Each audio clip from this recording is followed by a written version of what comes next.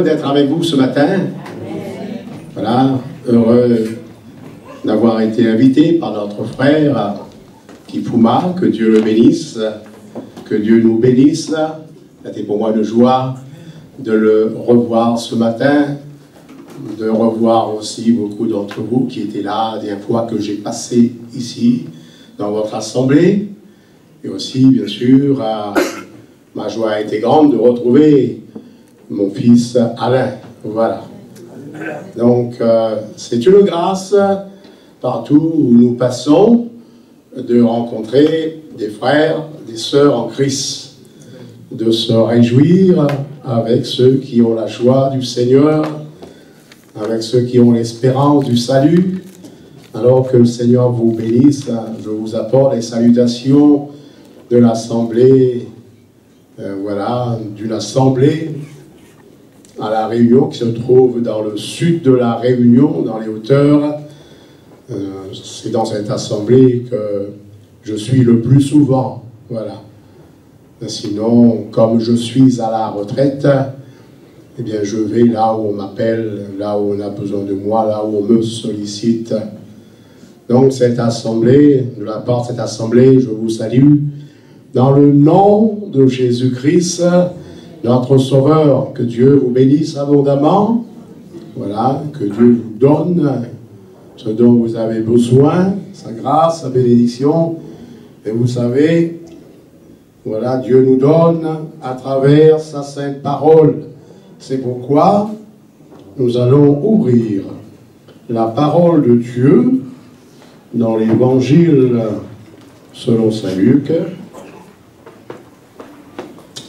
au chapitre 21, le verset 20.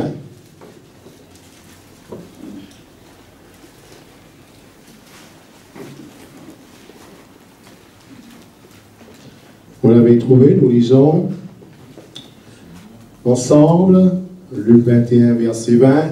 Lorsque vous verrez Jérusalem investie par les armées, sachez alors que sa désolation est proche, alors que ceux qui seront en Judée fuient dans les montagnes, que ceux qui seront au milieu de Jérusalem en sortent, et que ceux qui seront dans les champs n'entrent pas dans la ville, car ce seront des jours de vengeance pour l'accomplissement de tout ce qui est écrit. Malheur aux femmes qui seront enceintes, à celles qui allaiteront en ces jours-là, car il y aura une grande détresse dans le pays, et de la colère contre ce peuple. Ils tomberont sous le tranchant de l'épée, ils seront emmenés captifs parmi toutes les nations, et Jérusalem sera foulée aux pieds par les nations, jusqu'à ce que les temps des nations soient accomplis. Il y aura des signes dans le soleil, dans la lune et dans les étoiles, et sur la terre, il y aura de l'angoisse chez les nations qui ne sauront que faire au bruit de la mer et des flots. Les hommes rendant l'âme de terreur dans l'attente de ce qui surviendra pour la terre. Car les puissances des cieux seront ébranlées, alors on verra le Fils de l'homme venant sur une nuée avec puissance et une grande gloire. Quand ces choses commenceront à arriver, redressez-vous, levez vos têtes, parce que votre délivrance approche. Et il leur dit une comparaison. Voyez le figuier et tous les arbres, dès qu'ils ont poussé, vous connaissez de vous-même, en regardant que déjà l'été est proche. De même, quand vous verrez ces choses arriver, sachez que le royaume de Dieu est proche. Je vous le dis en vérité, sa génération ne passera point, que tout cela n'arrive. Le ciel, la terre passeront, mais mes paroles ne passeront point. Prenez garde à vous-même, de craindre que vos cœurs s'apesantissent par les excès, du manger, du boire, par les soucis de la vie, et que ce jour ne vienne sur vous à l'improviste. Car il viendra comme un filet sur tous ceux qui habitent sur la face de toute la terre. Veillez donc et priez en tout temps, afin que vous ayez la force d'échapper à toutes ces choses qui arriveront, paraître debout devant le Fils de l'homme. Amen. Ces paroles de Dieu qui ont été adressées au peuple d'Israël, vous pouvez en être sûr, s'adressent aussi à nous. Nous avons, nous aussi, eh bien, des leçons à tirer Et je retiens ce verset, veillez donc et priez en tout temps, afin que vous ayez la force d'échapper toutes ces choses qui arriveront et de paraître debout devant le Fils de l'homme. Ce matin, je n'ai pas l'intention de vous faire une étude biblique, hein. Je n'ai pas qualification pour cela. Hein. Je vais vous parler de l'importance de la vigilance. C'est important d'être vigilance. Voilà. Prière et vigilance. Dans notre monde, vous l'avez remarqué, il y a de plus en plus de facilité, de possibilités, de séduction, de tentation, beaucoup plus de facilité. Le monde est placé sur un terrain glissant. Nous aussi, parfois, nous sommes sur des terrains glissants. Pas longtemps, eh bien, une de mes belles-sœurs faisait une randonnée. Ça n'a pas été prévu. Il y a eu la pluie, le chemin a été glissant. Et elle est tombée, elle est partie, elle s'est cassé la jambe, c'est terrible, hein? Voilà. Eh bien, nous aussi, nous pouvons, sur le plan spirituel, être placés sur des terrains glissants, où Dieu nous appelle à la prudence, à faire attention, à être vigilant. Sur de tels terrains glissants, nous avons des rambardes pour nous protéger, nous avons le rempart de la parole de Dieu, s'accrocher à la parole de Dieu, afin de ne pas nous laisser aller à choses trop faciles, afin de ne pas nous laisser glisser, rempart de la vie selon l'esprit, et aussi de l'Église. L'Église est pour nous une protection aussi. Oui. Nous venons, nous entendons, nous rencontrons des frères, des sœurs pour une protection. Donc le rempart de la vie, de la prière, une vie de prière. Veillez donc et priez, afin de ne pas tomber dans la tentation, dit le Seigneur. Donc je vais vous parler de la vigilance plus qu'autre chose. Nous avons lu quand ces choses commenceront à arriver. Ces choses. Ces temps de détresse. Au fait, c'est de la répétition, c'est des choses qui se répètent. Hein. Ces choses ont été écrites depuis des siècles. Voilà. Et nous savons que malheureusement l'histoire se répète. Hein. Donc, temps de détresse, d'angoisse, de vengeance, de terreur, de désolation, de colère dans le pays Israël, mais pas seulement dans le pays Israël, mais aussi dans toutes les nations, plus ou moins. Personne n'y échappe. Dans ce chapitre, il nous est parlé de guerre et bien sûr ses conséquences.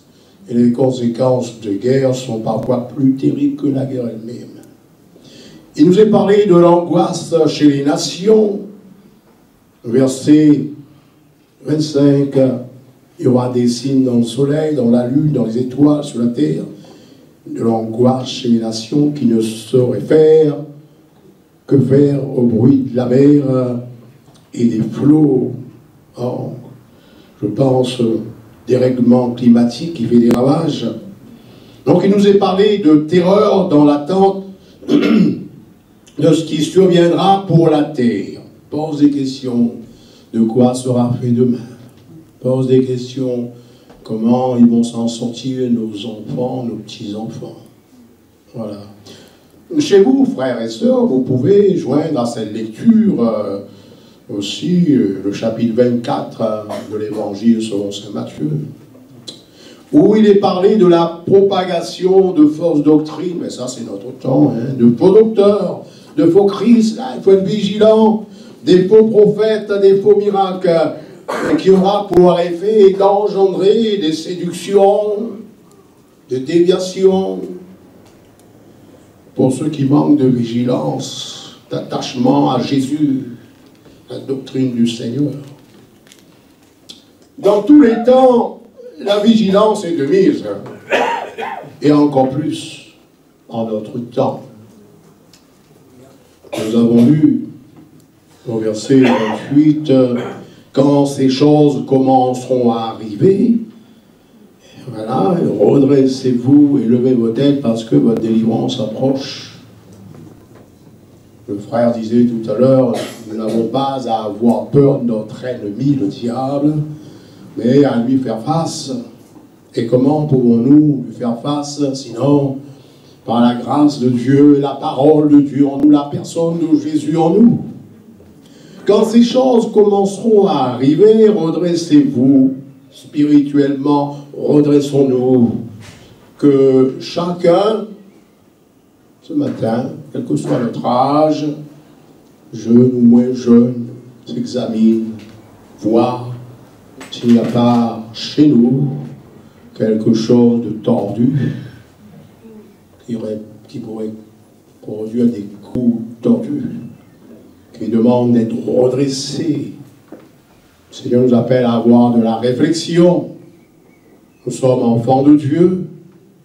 Et Dieu notre Père désire qu'il y ait chez chacun de nous de la sagesse, de l'intelligence, du discernement. Il y a là un avertissement et frères et sœurs, on avertit ce qu'on aime. On n'avertit pas ce qu'on n'aime pas. Quoique, parfois on les avertit aussi. Hein? Et surtout, on avertit ce qu'on aime.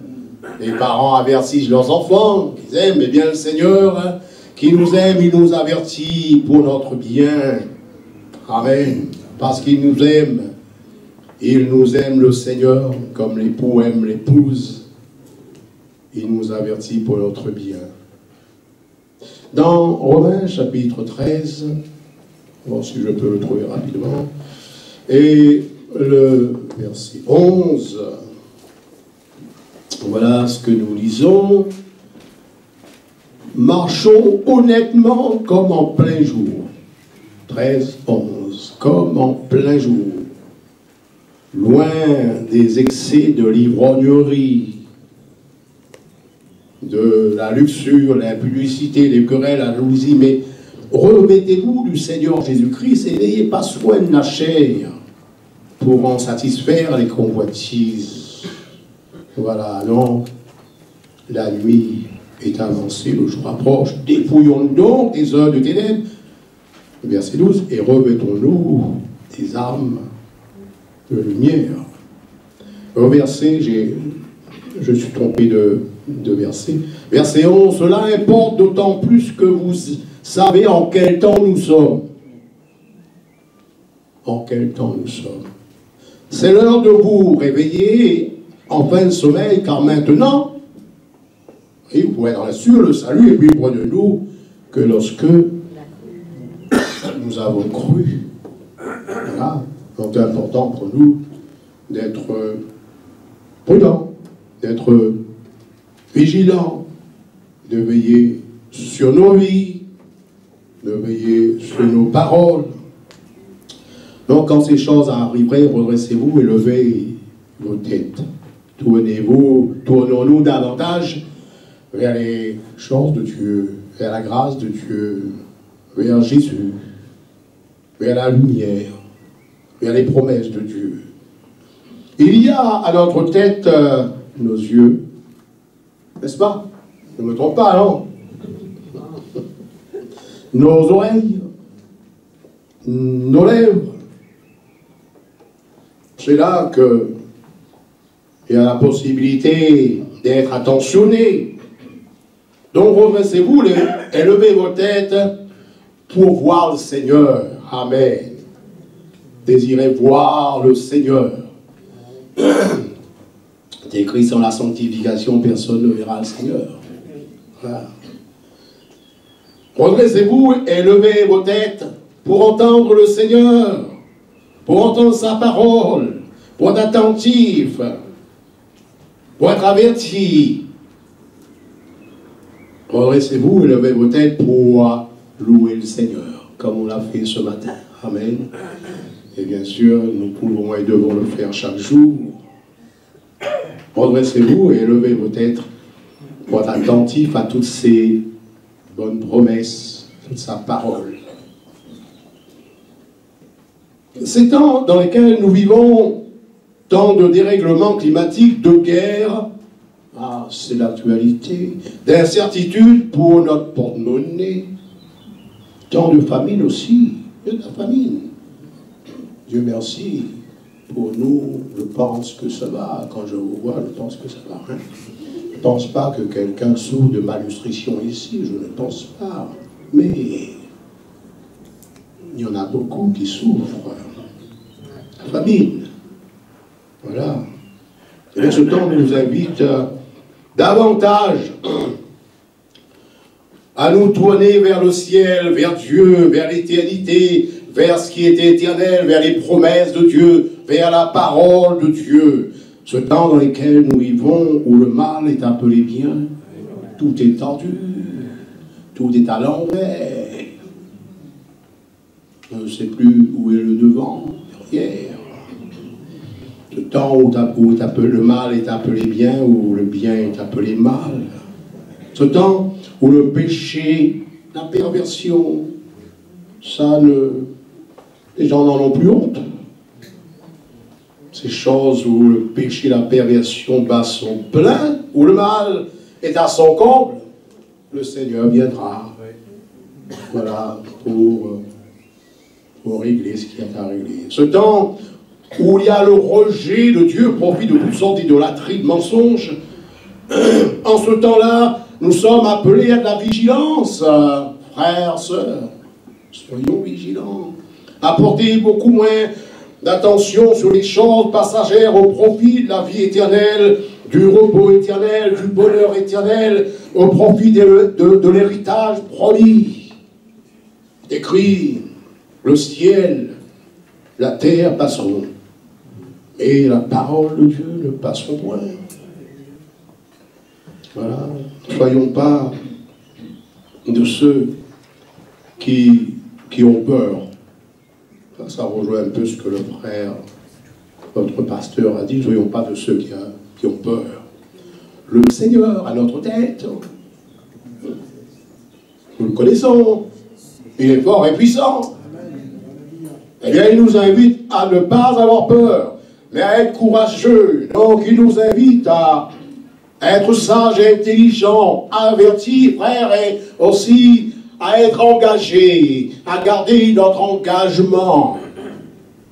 Plus nous sommes engagés avec le Seigneur, plus nous sommes en sécurité avec le Seigneur. Les événements effrayants, doivent nous encourager à la vigilance. La version Bible du Semeur dit, quand ces événements commenceront à se produire, quand ces événements commenceront à se produire, levez la tête, prenez courage, car alors votre délivrance sera proche. En quelques mots, une courte phrase, ayez foi en Dieu. Levez la tête, ne baissez pas la tête, ne faites pas pitié, ne crains pas. Le Seigneur disait, ne crains pas, crois seulement. Au verset 31, je suis toujours dans Luc, ce que j'ai lu, je le répète, de même, quand vous verrez ces choses arriver, sachez que que le royaume de Dieu est proche. Nous avons de l'espérance. Gardons notre espérance. Dans 2 Corinthiens, chapitre 7, verset 1er, il est écrit, ayant de telles promesses, bien-aimés, purifions-nous de toute souillure de la chair et de l'esprit, en achevant notre sanctification dans la crainte de Dieu.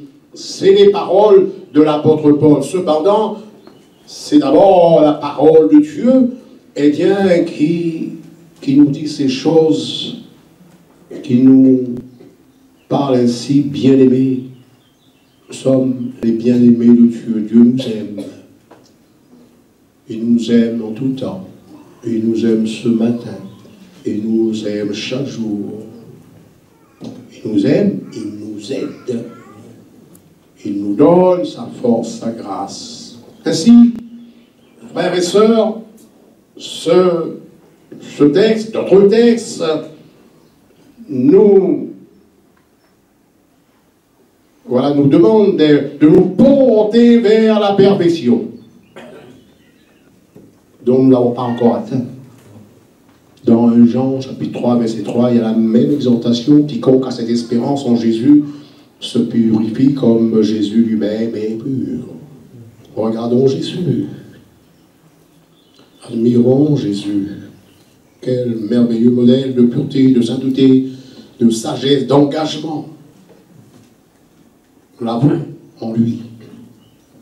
Au verset 34, prenez garde à vous-même. Chacun, ça s'adresse à chacun.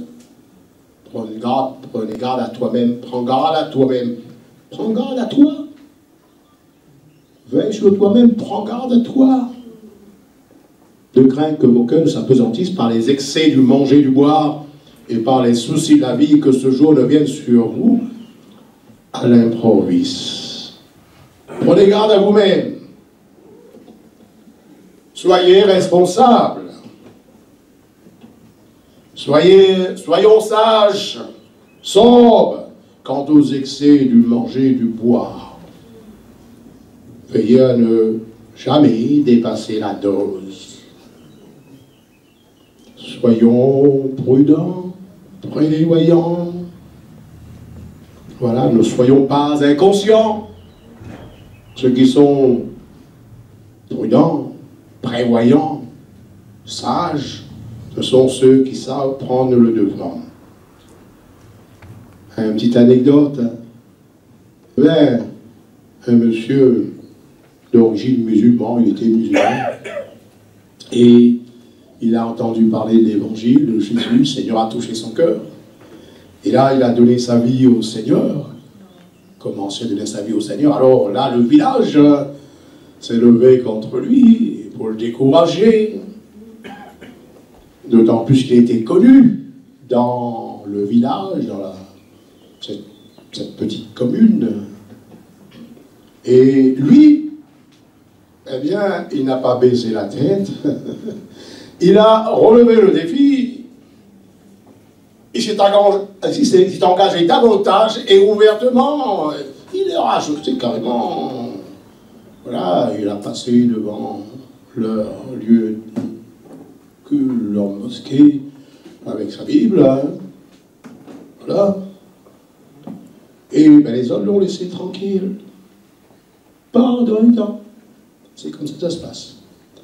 Et puis ils sont revenus à lui pour le flatter, pour lui dire: nous avons vu avec les autres, avec le village, c'est toi que nous voulons comme conseiller départemental. C'est sûr, nous allons voter pour vous. Voilà, portez-vous et tu es sûr d'être élu.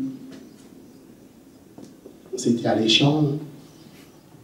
Il a réfléchi un petit moment, pas besoin de réfléchir longtemps. Il s'est dit, mais les réunions des conseillers départementaux, on dit comme ça dans le temps et dans ce pays-là, ça se passe le dimanche matin. Mais où le piège? Et le dimanche matin, moi j'ai le culte à l'église. Alors il leur a dit de trouver quelqu'un d'autre. Et où? Et il a été prévoyant, il a su prendre le devant, il a su prévenir. Eh bien, il a eu la réflexion et la maîtrise. Et dans Galates, chapitre 5, verset 23, il est écrit: le fruit de l'esprit, c'est la maîtrise de soi. C'est le discernement. Vous savez, dans notre monde, que des bêtises, des regrets, des souffrances, de dégâts, à cause du manque de sobriété quant à l'alcool, des bêtises, à cause des excès. Là, au verset 34, je le reprends, elle est dit: prenez garde à vous-même de peur que vos cœurs ne s'apesantissent par les excès du manger, du boire, et par les soucis de la vie, que ce jour ne vienne sur vous à l'improviste. car il viendra comme un filet sur tous ceux qui habitent sur la face de toute la terre. Veuillez prier en tout temps afin que vous ayez la force d'échapper à toutes ces choses qui arriveront et de paraître debout devant le Fils de l'homme. Encore une autre petite anecdote. On raconte que dans la campagne, il y avait une prairie, des prairies, et au milieu de la prairie, un arbre malicieux. Et sur cet arbre, il y avait des pigeons. Maman pigeon avec ses jeunes pigeons. Et sous l'arbre, il y avait un tapis. Et sur le tapis, il y avait des graines. Alors, il y en a un pigeon, un jeune pigeon. Vous savez, les jeunes pigeons qu'on mange avec du poireau. Alors, il dit, mais il y a des graines là-dessous. Et la maman dit, mais surtout, n'y allez pas. Mais, il dit, mais tu as toujours peur. C'est toujours comme ça. Hein? Vous n'êtes plus à la page. Nous, on sait quoi faire. Et tous les jeunes pigeons, en même temps, sont plongés dans les graines et le filet est venu dessus. Du coup, tout de suite, et quelqu'un était là, bien sûr, il a pris le filet, il l'a mis sur son épaule. Dans le temps, il n'y avait pas de téléphone. Cependant, quand il est arrivé chez lui, eh bien, sa femme avait déjà la marmite d'eau bouillie. Et là, les pigeons sont passés du filet à la marmite de bouillie. Elles étaient cuites. Voilà. Ensuite, ils ont été pigeonnés. Et donc, ensuite, on les a refait cuire.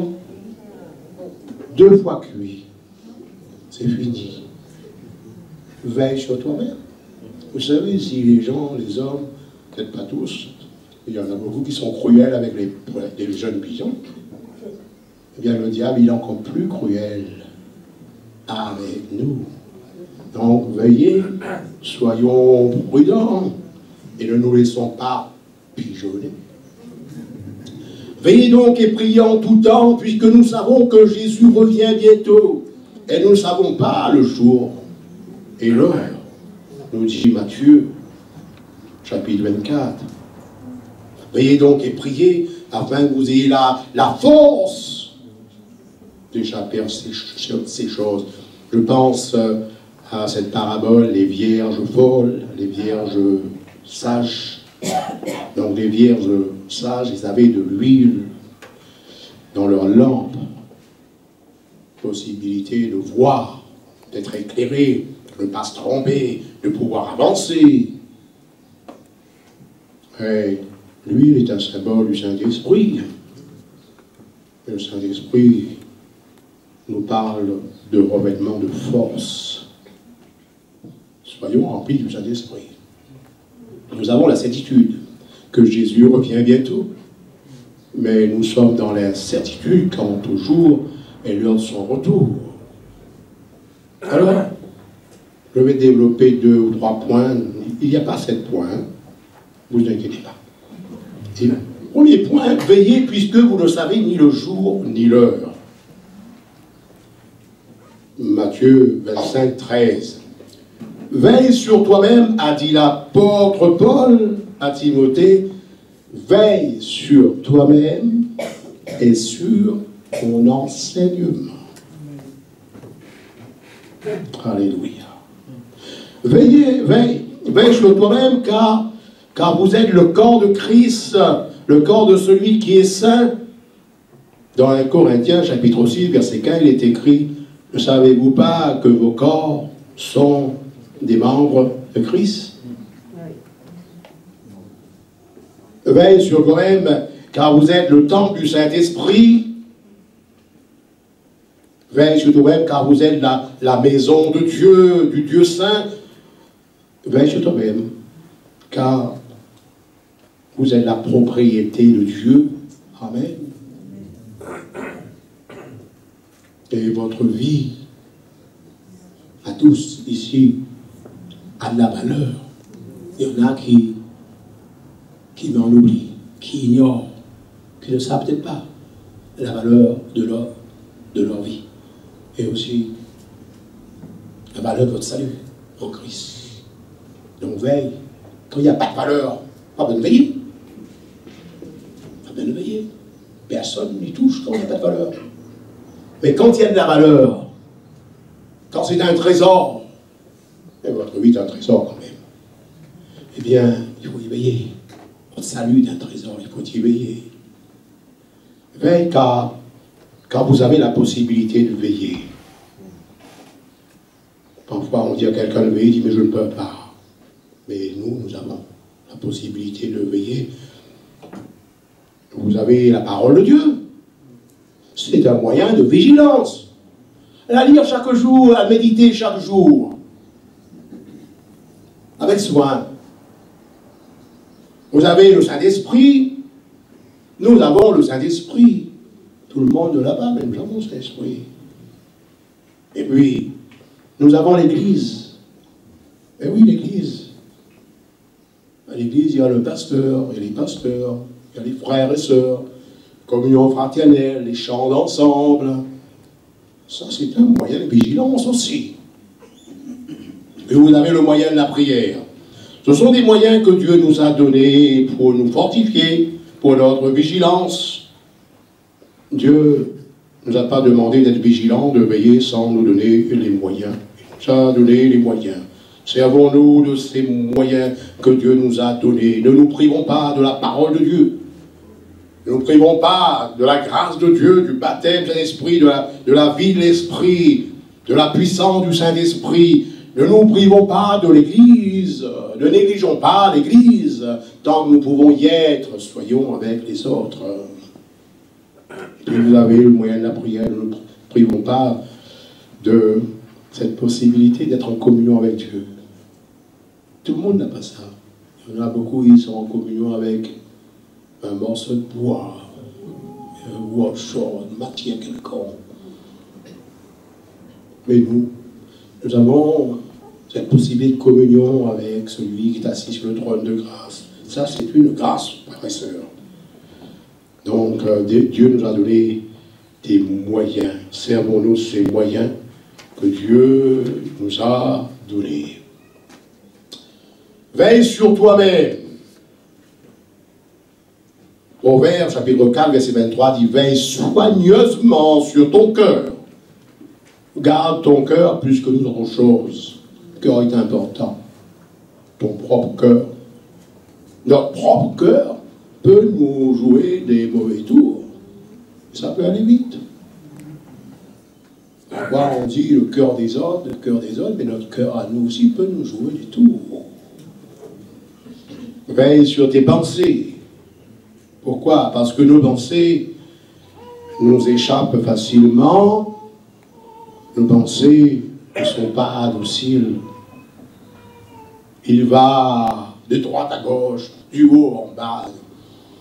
Il va de tous les sens et à la rapidité de la pensée. Il faut y veiller. Il faut le tenir. Et comment? Et comment? Dans Philippiens, chapitre 4, verset 8, il est écrit que ce qui est vrai, tout ce qui est honorable, parole de Dieu, communion fraternelle, toutes les promesses de Dieu, tout ce qui est juste, tout ce qui est pur, tout ce qui est aimable, qui mérite l'approbation, ce qui est vertueux et digne de louange, soit à l'objet de vos pensées. Soit, il y a là les moyens d'échapper aux mauvaises pensées, le moyen de nous échapper aux mauvaises pensées, c'est de nous nourrir de bonnes pensées. Vous savez, quelqu'un qui est bien nourri, vous ne pouvez pas lui donner n'importe quoi. Il n'en mange pas, il est bien nourri. Quelqu'un qui est mal nourri, vous lui donnez n'importe quoi, il mange. Si nos pensées sont bien nourries, la parole de Dieu, grâce de Dieu, les bonnes choses de Dieu, il y aura beaucoup moins, il n'y aura pas de place pour les mauvaises pensées. En tout cas, là, il faut veiller. Il faut veiller. Parce qu'il nous échappe facilement. Veille sur vos yeux, parce que nos yeux nous échappent facilement aussi à regarder ce qui ne nous regarde pas. peut nous rendre irrépréhensibles devant Dieu. Peut même nous entraîner dans tout notre corps dans des choses abominables. Matthieu 5, 28, qu'est-ce qui est écrit? J'ai pris note. J'ai dû écrire ce que Dieu veut nous avertir, veut nous parler. 5, 28.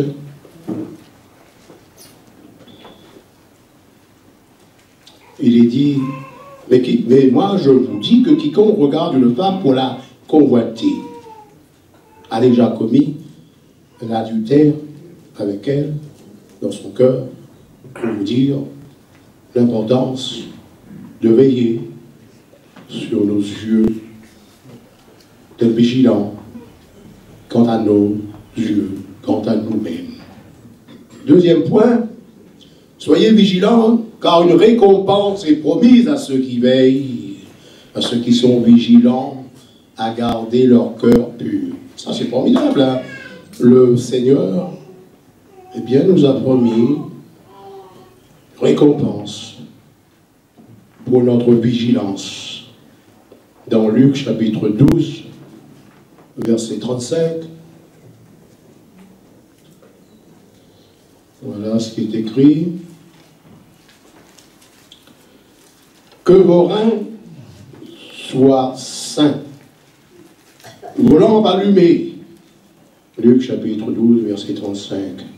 Et vous, soyez semblables à des hommes qui attendent que leur maître revienne des noces, afin de lui ouvrir dès qu'il arrivera, il frappera, parce qu'il est le maître, ne va pas le faire attendre, on ne pourra pas le faire attendre, on ne doit pas le faire attendre, on ne pourra pas le faire attendre. Heureux ces serviteurs que le maître à son arrivée trouvera veillant. Je vous le dis en vérité, il se scindra, le fera mettre à table, s'approchera pour les servir. Formidable ça. Qu'il arrive à la deuxième ou la troisième veille, on ne sait pas quand il arrivera, il est le maître. Le maître n'a pas à dire à ses serviteurs quand il arrive, mais il a dit qu'il viendra. S'il les trouve veillants, sachez-le bien. Si le maître de la maison savait à quelle heure le voleur doit venir, il veillerait. Elle ne laisserait pas percer sa maison. Vous aussi tenez-vous prêts, car le Fils de l'homme viendra à l'heure où vous n'y penserez pas. Donc, il y aura le retour du Maître, du Seigneur, et nous ne savons ni le jour, ni l'heure. À nous d'être vigilants, et afin que quand le Maître soit là à la porte, nous sommes prêts à partir avec lui, quand ce sera l'heure de son retour. S'il est vrai qu'il y a une récompense pour ceux qui veillent, qu'est-ce qu'il y aura pour ceux qui auront manqué de vigilance? Qu'est-ce qu'il y aura? Des remords.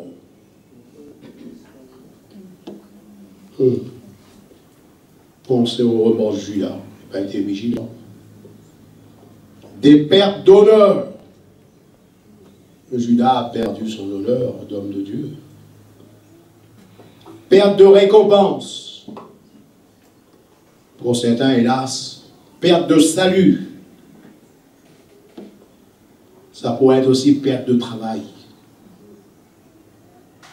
Perte de grande richesse. Donc, soyez vigilants. Troisième point, veillons car nous sommes des enfants de lumière. Lumière du monde. Jésus a dit, vous êtes la lumière du monde. Nous avons pour vocation d'éclairer ceux qui sont dans les ténèbres et qui ont besoin d'être éclairés, qui souffrent eh bien, de leur situation, de vivre, voilà, de tâtonner dans les ténèbres et qui a besoin de notre lumière. Il est écrit, la lumière, lui, dans les ténèbres. La lumière ne passe pas inaperçue. Et nous aussi, nous ne passons pas inaperçus. Quelqu'un a dit, je répète ce qu'il a dit, ne croyez pas que vous êtes transparent. Non, nous sommes vus. Donc la lumière, lui, dans les ténèbres. Ne soyons pas de petites bougies qui s'éteignent facilement. Ne vivions pas comme si nous n'avions pas d'espérance. Dans 1 Thessaloniciens, au chapitre 5, et le verset 4,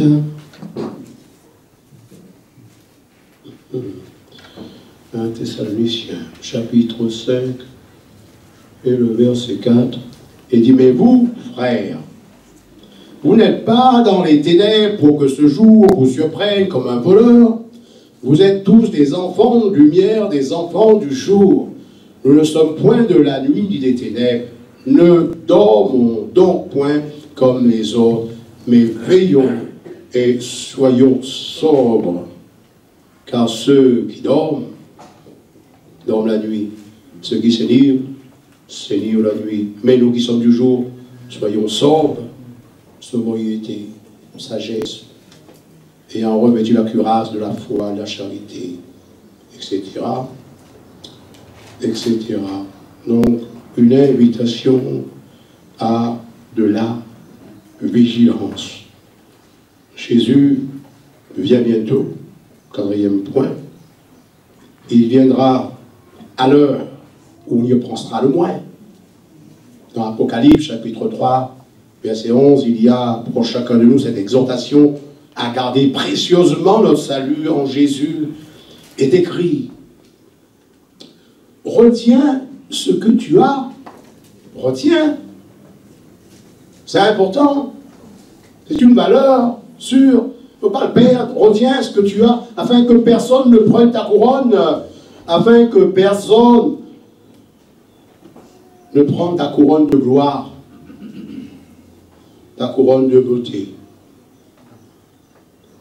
Ça, on n'y voit pas, on n'y pense pas, mais il y a de la beauté chez ceux qui sont en Christ. Il y a de la gloire. Afin que personne ne prenne ta couronne de richesse, de distinction. Afin de ne pas perdre ta beauté, la beauté de Christ en nous. Afin de ne pas perdre notre récompense. Afin de ne pas perdre la vie éternelle. Afin de ne pas perdre notre place en ciel. Afin que nous soyons toujours heureux. Amen. Dans l'Apocalypse, chapitre 16, verset 15, il est écrit, heureux celui qui veille.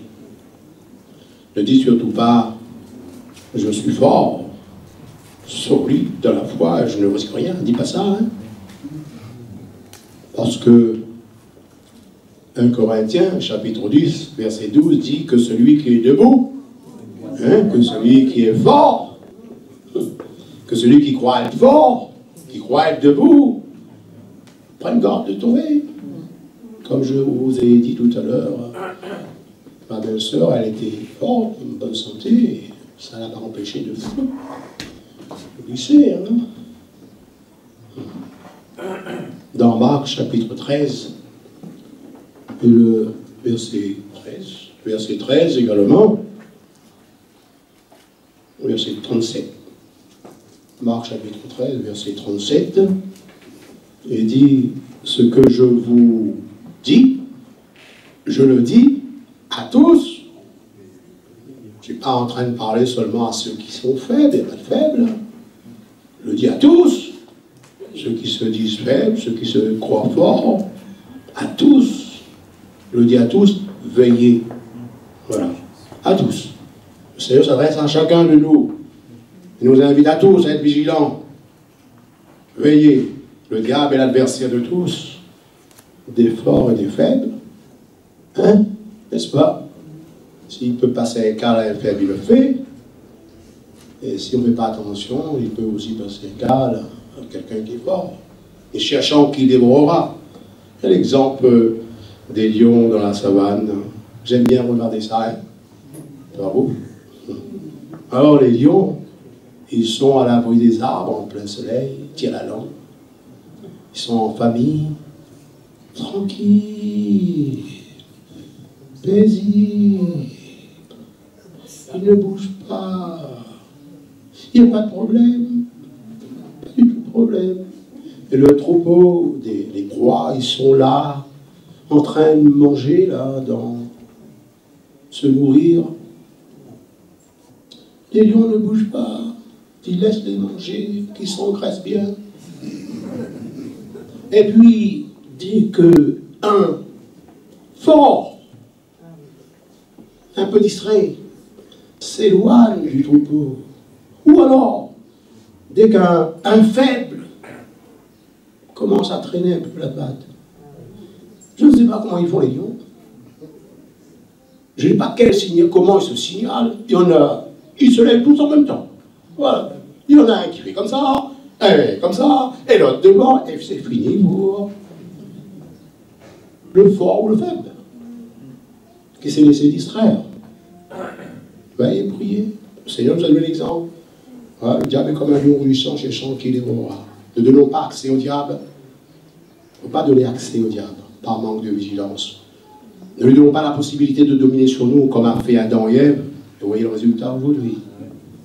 Alors je termine avec ce verset d'Éphésiens, chapitre 6, verset 18. Veillez avec une entière persévérance.